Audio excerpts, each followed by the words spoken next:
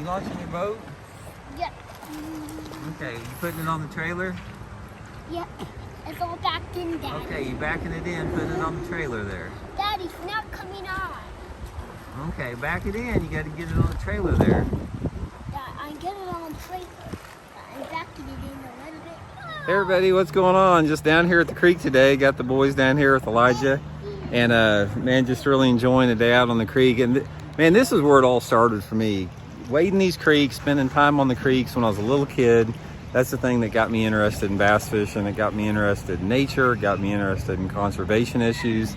And there's just so much for kids to do down at the creek. And what I sort of wanted to do today is sort of give everybody, I know a lot of people probably already know, but I just wanted to give, some people my experiences and a few tips that if you have kids or you have, young kids that you have a chance to take out, some things that will really help them enjoy, being on the creek more and how they can appreciate some stuff. So I'm going to give you guys a little tour of the creek here and sort of show you guys what I would suggest showing to the kids. So the first thing that I do is, I try to get the kids looking at crawdads.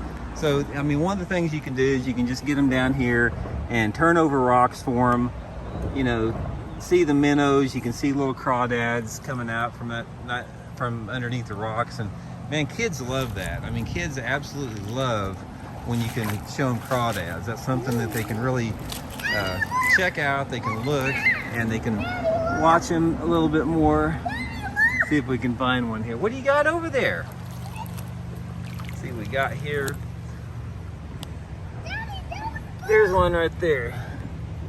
See, like that, just a little crawdad like that. Just showing them those crawdads, and then showing them how to catch them and showing them how to move. What are you doing there? Backing my boat in. You're backing your boat in? Yep. Yes. Okay. But other than that, another thing you can do, you can teach them minnows. Like, we got a bunch of, little small minnows in here swimming around. You can see in there. And just seeing nature unfold is a really big deal for these kids. But just really spending time, finding those crawdads and minnows is a big deal, because that's the thing that gets them entertained and occupied, and it gets them fascinated right off the bat with the natural world. And then after that, you can start showing them different stuff. You can start showing them things about, like how the creek, how the ripples, track certain minnows, and how the leeway areas, as far as the eddies and the current breaks to attract fish to come into them. There's a lot to learn about bass fishing in a creek that you can apply to a lake, believe it or not. So that's one of the things that I've learned a lot about it when I was a kid, is I learned where those bass lived in current, and I took that to the lakes later on and adapted. Another good thing about, wading the creeks and everything is like looking for arrowheads. I haven't seen any today, but creek beds are a great area to find arrowheads. Kids really like that. And another thing is you can teach them a lot about, just different stuff that comes up as far as environmentally. Like, you have log jams and stuff like this. You can teach them how, this is something that comes up with floods, and that animals live in these things. These things provide homes for animals, and it's just different type of habitat for the fish. And then, like, for example, I'll show them different type of vegetation. I'll talk to them about the willow trees here, and how, willow trees they have a lot of medicinal purposes that you can use for them. They have a lot of, things that you can build with them in certain situations.